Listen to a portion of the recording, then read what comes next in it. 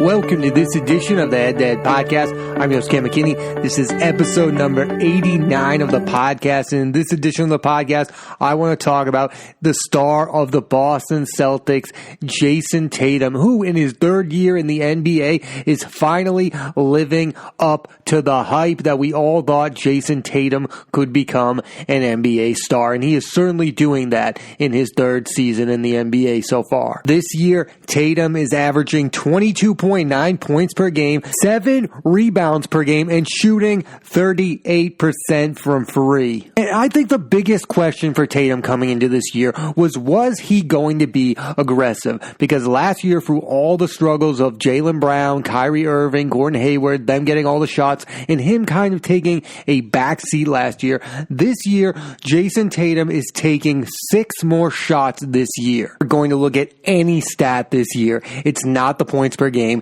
It's not that his shooting is up. It is that he is being aggressive. That was the biggest question coming out of year 2. Where by all intensive purposes, he just sort of watched Kyrie Irving and the Celtics go down. He really didn't take control. I think this year, Jayson Tatum is taking control of this team and making it his team, something he wasn't willing to do last season. I haven't really heard anyone bring this up, but it could be possible that last year was the best thing ever to happen to Jayson Tatum's career. Call it a sophomore slump if you want, but I think the Celtics not making out of the second round of the playoffs and Kyrie Irving leaving and all the struggles of last year's Celtics team has definitely motivated Jayson Tatum to become the superstar player he's becoming right in front of our very own eyes. Of February in particular, he has just taken over, averaging 30 points per game. The first year of Tatum was a pleasant surprise. He was a formidable player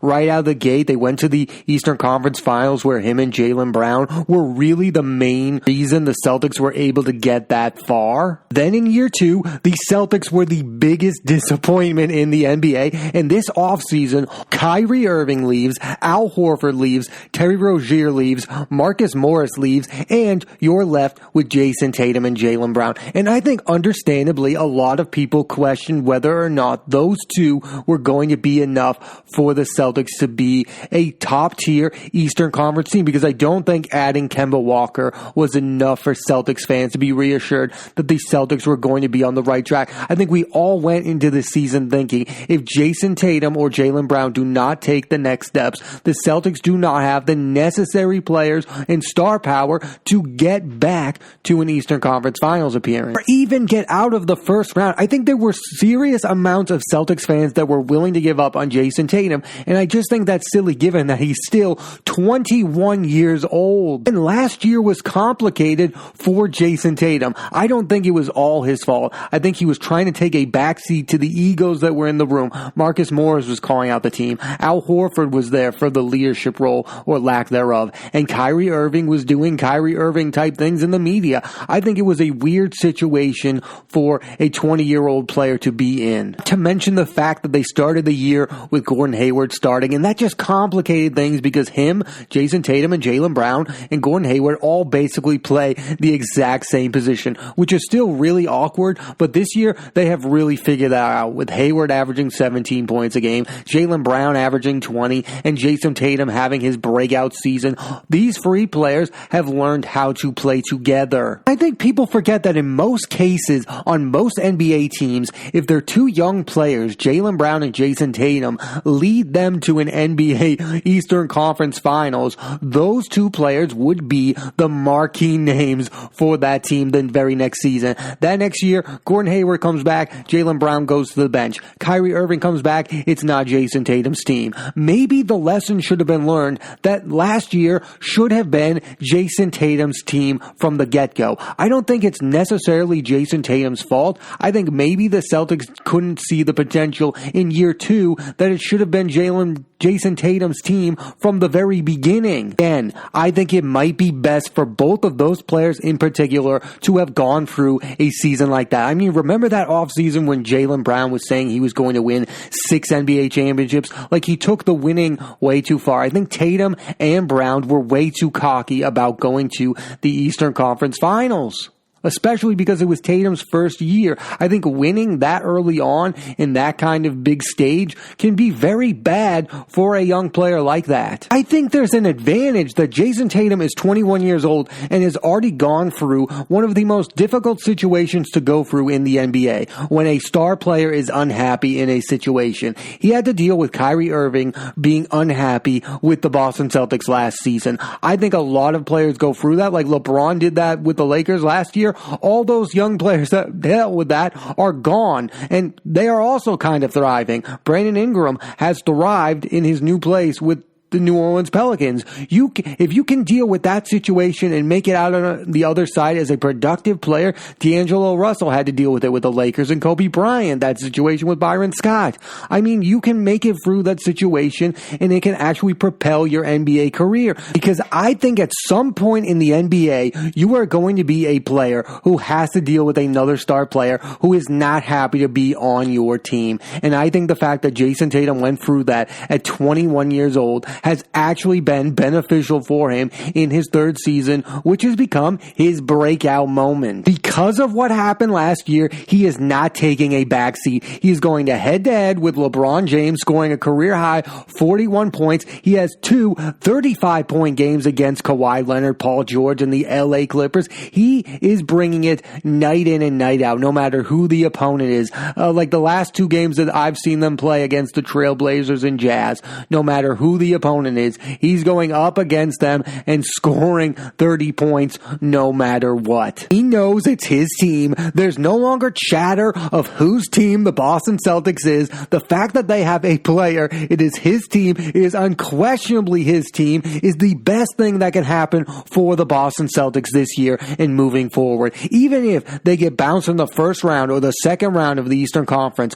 moving forward, knowing that the next 5 to 10 years, they will likely have Jayson Tatum be their franchise player, is the absolute best thing to happen to the Boston Celtics this year in the last few seasons. Because these last few years, that has really been the question for the Celtics. It was like Isaiah Thomas, you traded for him, he was your sixth man, then he became your franchise player. Then you traded him for Kyrie Irving, who you thought would be your superstar franchise player. Now you've drafted Jayson Tatum in his third season. He is having his breakout year. It was time for him to be your franchise player. The Celtics have what they have needed to compete for a championship all day long. A franchise player who I believe is going to be consistent when it matters most. If you look up the stats, there was another Celtic great who had his breakout season in his third season in the NBA. Paul Pierce made that leap to franchise player in his third season in the NBA. It was the first season he averaged over 20 points per game. And Jayson Tatum, like Paul Pierce in his third season in the NBA, is the Celtics franchise player, averaging 20 points per game. That's what everyone thought Jayson Tatum was going to be after his first season with the Boston Celtics. A franchise-type player in the same vein as Paul Pierce. I'm not saying Jayson Tatum is going to be as good as Paul Pierce. I think there could be a chance he could be, or even better than Paul Pierce, but I'm not saying that's exactly going to happen, but I think he's now on pace to be that franchise-type player. And I think way too many people lost faith in Tatum after last season. I mean, so far this year, he's been a master of the mid-range. He's improved his three-point shooting, 38%. He's not a 50% shooter overall, but I think he's learned that his length is a weapon that he can shoot over taller defenders. He is the ideal player to have on the court at all times. He's not a liability when it comes to free throws. He's not a liability on defense. I mean, he's a willing defender. And the biggest thing this year is he is willing to take the challenge to go at guys like LeBron James and Kawhi Leonard and have big games. And I think if the Celtics are going to have any success in the playoffs, they need Jayson Tatum to do that same thing against the Joel Embiids, the Giannis Antetokounmpos, even Pascal Siakams. They need a guy to take charge and take that challenge to go head-to-head against the other great players players in the Eastern Conference, and it seems like Jayson Tatum is up for that task. What I like most about the season that Jayson Tatum is having is he is being aggressive no matter who is on the court. If Kemba Walker's playing, he's still going to try to take over the game. He's not worrying about Gordon Hayward. He's not worrying about Jaylen Brown. He is just trying to be one of the best scoring options the Celtics have on the court. He is being consistent, something he wasn't doing very well last year, if we're being honest. I think Jayson Tatum had moments last year, but this year he is having a full season. He is being a consistent star NBA player. People have been using that term superstar. Whether or not you believe right now Jayson Tatum is a superstar, there is no question that at 21 years old, Jayson Tatum has a chance to be a perennial top 5 player in the NBA. Up there with the Giannis Antetokounmpos, the LeBron James, the Kawhi Leonards. He has a chance to be in that discussion. No doubt about it. Like, for instance, he's having some of those games where, like, he starts off slow and then all of a sudden you're like, Jayson Tatum is taking over that game. That is what a superstar is. Whether or not you've got it that night, at some point the superstar in you is going to come out. He's been having games like that. Like the Portland game felt like that, where it's like, okay, Jayson Tatum's not really here, and then all of a sudden he ends the game with 30 points. You're like, wow, he showed up to play. At some point the star player in you comes out, whether it's the beginning of the game or the end of the game. That's what I've seen from Jayson Tatum this year that I've seen in other superstar players. I mean, the rarity is that Lakers game where he brought it the entire game, but the real struggle is bringing it night in and night out. And there are halves where Jayson Tatum doesn't have it, but at some point in that game, you're like, there's Jayson Tatum, he's a star player. To me, that's what a superstar in the NBA is. It's not scoring 40 points. It's not bringing it every night. It's at some point in the game, even if you're having an off night, you take over and remind us all that you are indeed a star player. And that's what I think Jayson Tatum is doing this season. He's had a great month. He's had a really good season. He's made his first All-Star game, but we all know the real test is going to be for Jayson Tatum is the NBA playoff. And for him to make that jump to top 5 player in the NBA, he's going to have to do something that Kyrie Irving didn't do, that Isaiah Thomas didn't do. Lead the Celtics to their first NBA Finals appearance since 2010. I don't know the likelihood of that happening this season with the Milwaukee Bucks on pace to win 70 games and Giannis Antetokounmpo is playing out of his mind. Like, if Jayson Tatum can go past Giannis to make it to the NBA Finals, then I think we would have to announce him as a top 5 player in the NBA. But again, I don't think there's a likelihood of that happening. But in the coming years, if he can get the Celtics back to the NBA Finals and continue to play at the level he's playing at, that there's no question that Jayson Tatum should be in the discussion of top 5 player in the NBA moving forward. At the very least, the Celtics now have a direction, something they didn't have at the beginning of the season. They hoped that Jayson Tatum and Jaylen Brown would turn it around and they would be back to being a relevant Eastern Conference team, which they have become. Now they lock down Jaylen Brown with a contract extension. You have Jayson Tatum as your franchise player. Yes, there are questions about Gordon Hayward's future with the team and all that. You have Kemba Walker. You have a nice nucleus. Yes, you could improve your bench players. You could have better role players, but you now have consistent players who you hope year after year are going to continue to grow and be all-star to superstar basketball players. That's why the NBA is such a unique sport, that this one guy's growth as a basketball player can change the landscapes of a team. All off-season, we were dreading the departure of Kyrie Irving. We were dreading the departure of Al Horford, Terry Rozier, even Marcus Morris. We were kind of upset about that. We were mad that this team didn't live up to the hype, that they weren't one of the best basketball teams we've ever seen. And now we almost forget all of that because a 21-year-old is on the rise right before our very eyes, and it's entertaining than anything we've seen over the last 2 seasons. The growth of Jayson Tatum, like the rise of a young star, is better than anything else basketball has to offer. So many people were off the Celtics bandwagon. It's done for Brad Stevens. They're never going to be a contending team. And then all of a sudden, Jayson Tatum starts to live up to the hype, which, by the way, I think he was always going to do. He is 21 years old. the Celtics were bad, all this season would be about how Kyrie Irving left the Celtics, how Al Horford left the Celtics. But no, it's been about Kemba Walker joining the Celtics, Jayson Tatum's growth as a star player. That has kind of gotten us to forget the pain of last season. And let's not forget, last season was painful. I had expectations of how last season was going to go. They didn't go the way I wanted to go. Kyrie Irving was a favorite basketball player of mine. He left. I was mad about it. I did not think this season was going to go as well as it's going. And the biggest reason it's going that way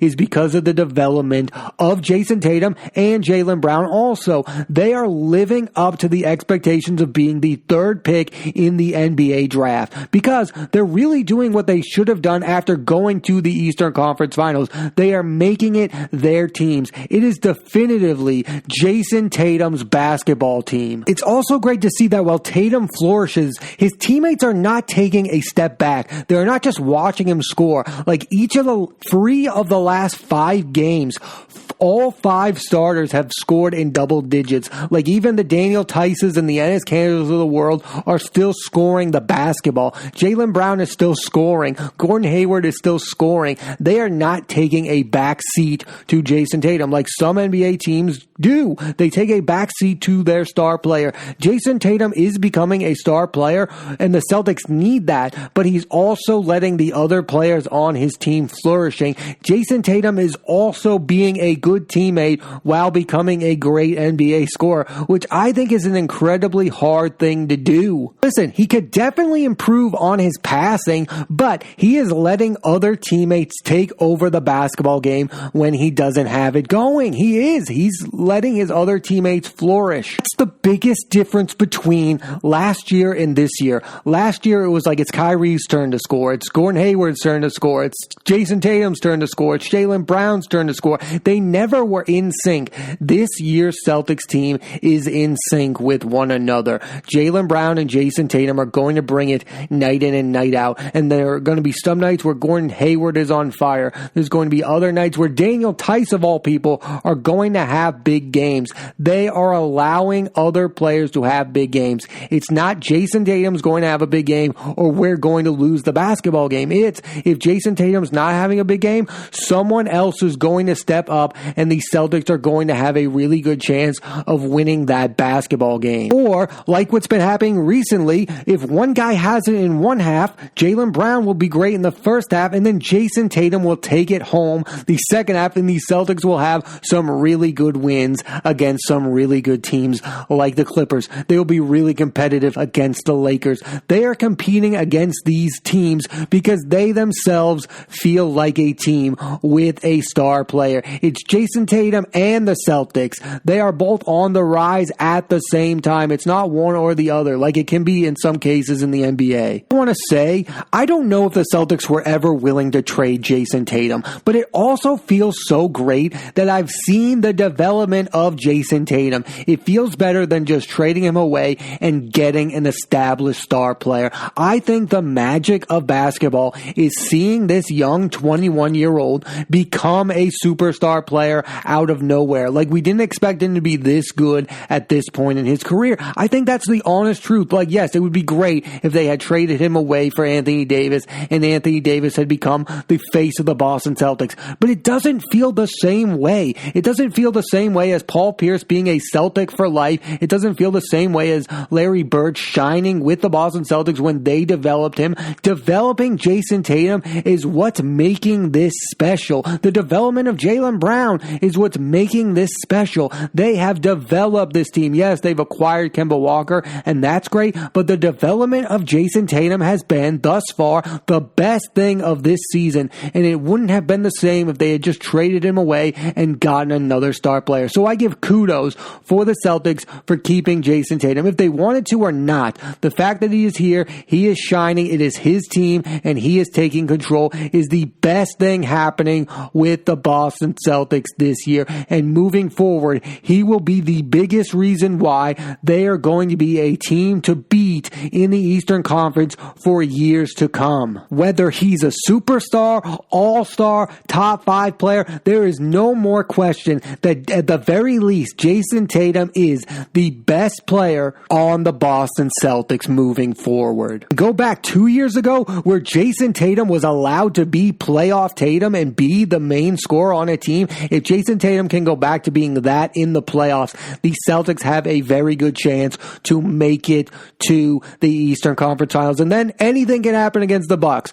Although I would favor the Bucks, I think the Celtics would have a fighting chance because they would have a star player of their own, Jayson Tatum, to go up against the great Giannis Antetokounmpo. Jayson Tatum can definitely hold his own. If he plays the way he's been playing thus far this season, he's been a franchise player for the Celtics. Thanks for listening to this edition of the Head to Head Podcast. I'm your host, Cam McKinney. There'll be a new episode of the podcast every Monday on Apple Podcasts and iTunes. So please rate, review, and subscribe.